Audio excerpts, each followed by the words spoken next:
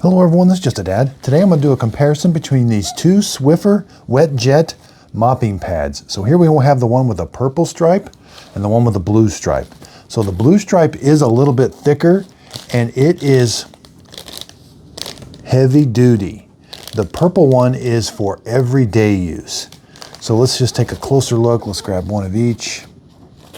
This does have some more scrubbing ability with it.